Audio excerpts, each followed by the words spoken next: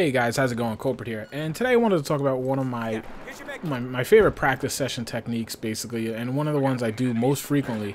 It doesn't really matter if I'm in a slump or anything like that. Sometimes I'll do this even as a warm-up. So for today's Reboot Camp episode, I wanted to talk about this because what it does is it's kind of several birds with one stone, so to speak. I don't want to say it forces me, but it's just very conducive to me practicing several different things I've talked about all at once. So basically the concept's really simple. I mean, I just jump into a TDM match and I take a semi-automatic rifle, whichever is your favorite. For me, it's a KH 2002. I love this gun. It's a really good gun, and it fares me really well. I should probably use it more in my regular play, to be honest with you. So what I do is I just try to run around it, and basically what I was going to talk about, my main point today is going to be trigger discipline, and there's two basic facets to that.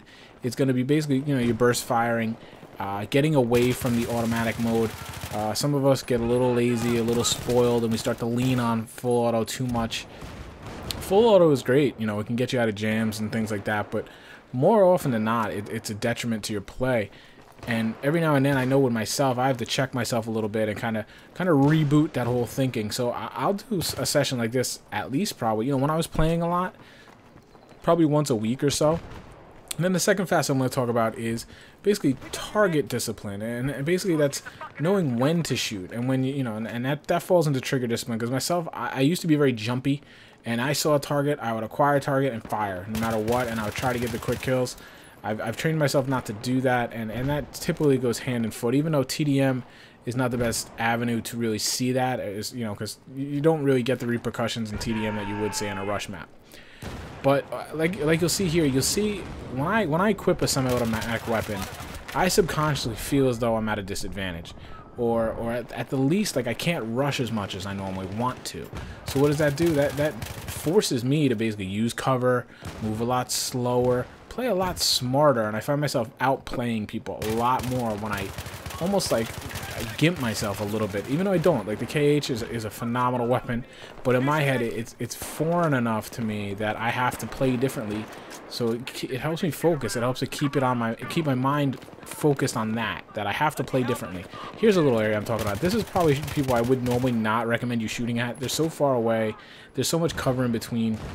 But in TDM, it's perfectly okay. But let's say this was Rush on SEN. I mean, I have a ton of cover here. Most people are probably assuming there's people here anyway, so I'm not really giving away a lot. But these are just, low percentage kills, things I probably shouldn't be doing, unless you're purposely trying to offer suppressive fire. That's totally different. This would be actually even better here. It's such a detriment to this guy. I can barely see him. He's head glitched, basically. I have very little cover, even though there's cover right next to me. If he pokes his head out, he could probably still shoot me faster than I could shoot him unless I pull off a headshot. That would be a bad, target decision right there. So anyway, let me get right into what I was talking about, the trigger discipline. And then that's what I'm kind of, the next phase of my reboot camp is trying to just, get better with my burst firing. Now, sometimes loading up the semis can be detrimental to that because each gun has different characteristics, as we all know, and each gun, you want to shoot a different size burst. Now, when you pick up a semi-automatic like this, it's basically as quickly as you can pull the trigger, it will fire, and that's great for breaking that habit of full auto, mag dumping, that kind of thing. And so that's why I recommend doing it just, at least as a first step, maybe a quick warm-up. It gets you into the burst fire mode. But what you really want to do is you want to identify what weapon you want to be using, and you need to learn exactly what type of bursts work better for that. Like for example, the M16, that actually has a pretty long burst, like a 5 or 6 bullet burst is probably optimal with that gun.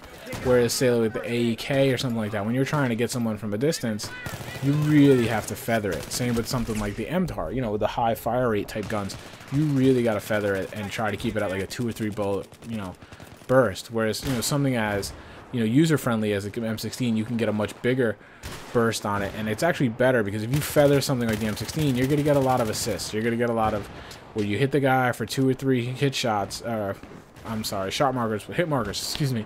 It's been a long day, and they're going to run off on you. So if you got to find that optimal burst fire, and you can really only do that by using the weapon. So this would be a way, if you find yourself in a rut and you're really leaning on that trigger too much, and your gun's going crazy, your accuracy's off, step back, jump into TDM, load up a semi-automatic weapon, and just break your mind of that full automatic fire. It really does help. And for me, like I said, it evolves my game in so many different areas that these practice sessions are probably the most valuable time I can put into game. If I have an hour and I want to improve my game, playing like this is probably the best thing I can do, you know, value per minute type thing. Because it just, you know, I move from cover to cover. I find an advantageous spot. I hold it. These are all things I want to incorporate into my game more. So this, you know, if you're asking for one kind of practice advice type of thing to improve your game, this would be it. This would probably be the big one I would like to tell you guys. And you know, when you move from the semi-automatic guns to your favorite, you know, full auto, be it the Scar L, the M16, obviously, the AEK, whatever it is, it really, you know, you're gonna find your accuracy is gonna be incredible when you move, you know, because you're gonna be burst firing it so much. So, and then slowly over time, you're gonna get used to having that full auto, and you're gonna start lengthening the bursts. And you know, I mean, mag dumping is a valid tactic. I've seen guys like Jack Frag.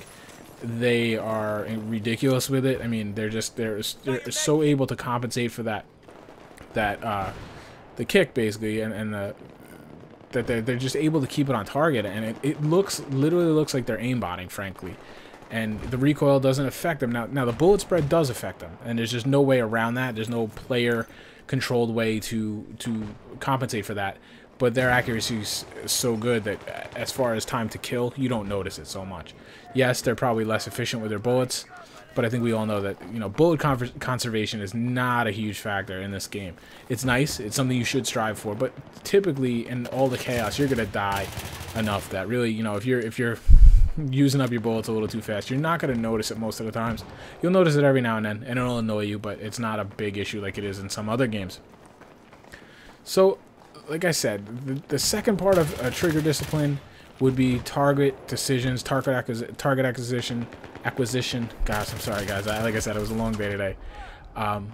That's an area I am really trying to work on. I can kind of spaz. I mean, I'm literally at the point sometimes that, if you guys remember, that I'm originally a left-handed player.